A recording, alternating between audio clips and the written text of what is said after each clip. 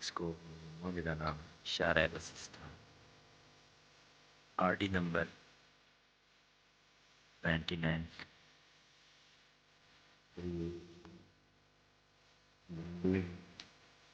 चित्र देखी जाए तो 10 साइड है।